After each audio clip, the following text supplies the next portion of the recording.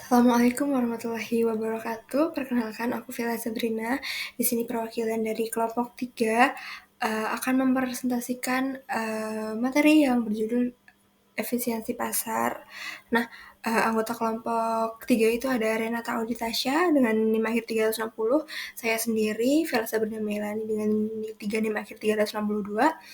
Ada teman saya juga, Kurnia Datu Novia Indrasari dengan NIM akhir 363, kemudian juga ada Jan Arfiana dengan NIM akhir 364, dan juga yang terakhir ada Nur Fitriani Dwi Haryati dengan NIM akhir 371. Nah, langsung aja kita masuk ke apa sih efisiensi pasar itu. Nah, efisiensi pasar itu tuh menggambarkan kondisi di mana harga sekuritas sepenuhnya mencerminkan semua informasi yang tersedia secara relevan. Nah, dalam pasar yang efisien ini, investor itu tuh tidak dapat secara konsisten memperoleh keuntungan di atas rata-rata dengan menggunakan informasi yang tersedia. Kenapa? Nah, karena harganya tuh sudah mencerminkan informasi tersebut. Nah, kenapa sih efisiensi pasar ini tuh penting? Yang pertama, itu tuh karena mempengaruhi strategi investasi. Kemudian yang kedua itu berkaitan dengan keadilan pasar, dan yang terakhir itu dasar untuk menilai kinerja analisis, manajer investasi, dan peran regulasi pasar modal. Kemudian yang selanjutnya itu ada bentuk-bentuk efisiensi pasar dalam hal ini informasi. Yang pertama, itu ada efisiensi bentuk lemah atau weak form, di mana itu harga sekuritas ciri-cirinya itu tuh harga sekuritas mencerminkan semua informasi masa lalu atau harga dan volume. Uh, ini tuh termasuk harga dan volume gitu. Terus yang kedua itu analisis teknikal tidak efektif. Kemudian yang kedua itu efisiensi bentuk setengah kuat atau semi-strong form, mana ciri-cirinya itu harga mencerminkan semua informasi publik seperti laporan keuangan, berita, dan kebijakan. Kemudian yang ciri-ciri yang kedua itu tuh analisis fundamental tidak efektif. Dan bentuk-bentuk efisiensi pasar yang ketiga itu efisiensi bentuk kuat atau strong form. Ciri-cirinya itu harga mencerminkan semua informasi, baik publik maupun privat. Kemudian yang terakhir itu insider trading tidak memberikan keunggulan. Kemudian materi selanjutnya itu bentuk-bentuk efisiensi pasar dalam hal ini adalah keputusan. Yang pertama, itu ada efisiensi alokatif, di mana sumber daya itu tuh dialokasikan ke investasi yang paling produktif. Jadi nanti kayak ada investasi gitu, nah sumber dayanya itu tuh dialokasikan ke investasi yang paling produktif di antara beberapa investasi gitu. Kemudian yang kedua itu efisiensi operasional. Nah, transaksi itu tuh dilakukan dengan biaya rendah. Kemudian yang ketiga itu efisiensi informasional, yaitu harga mencerminkan semua informasi yang relevan dan yang tersedia. Itu. Kemudian kita masuk di definisi efisiensi pasar.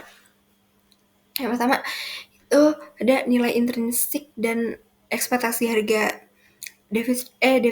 Definisinya itu pasar dikatakan efisien jika harga pasar sama dengan nilai intrinsik sekuritas tidak sama dengan.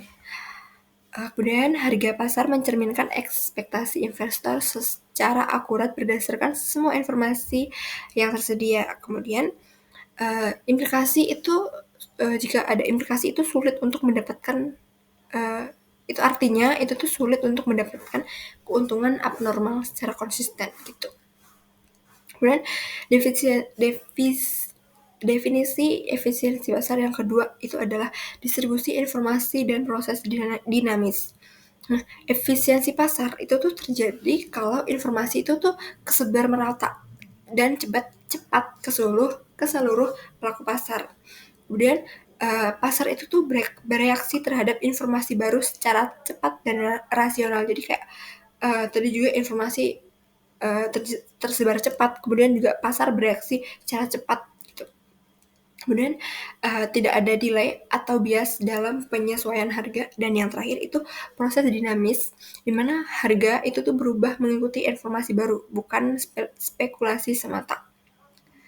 Kemudian di sini ada perbedaan pasar efisien dan tidak efisien. dari segi reaksi harga, di mana pasar efisien itu tuh cepat dan rasional, sedangkan kalau pasar tidak efisien itu lambat dan berlebihan. Kemudian dari segi akses informasi, kalau pasar efisien itu merata dan transparan, kalau pasar tidak efisien itu tidak merata. Untuk aspek keuntungan abnormal itu uh, untuk pasar efisien itu tuh sulit dicapai, tapi untuk pasar tidak efisien itu mungkin bisa dicapai.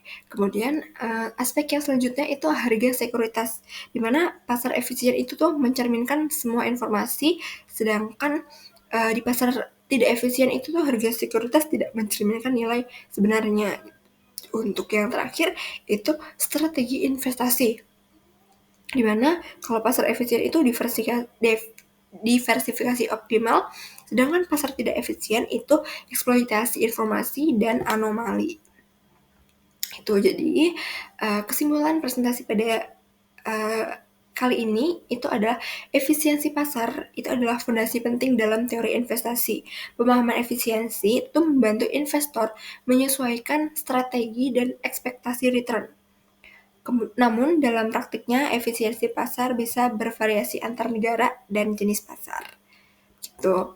Nah, sekian presentasi dari kami, kelompok 3. Saya sendiri mewakili kelompok 3. Terima kasih atas perhatian teman-teman. Sampai ketemu di video selanjutnya. Wassalamualaikum warahmatullahi wabarakatuh.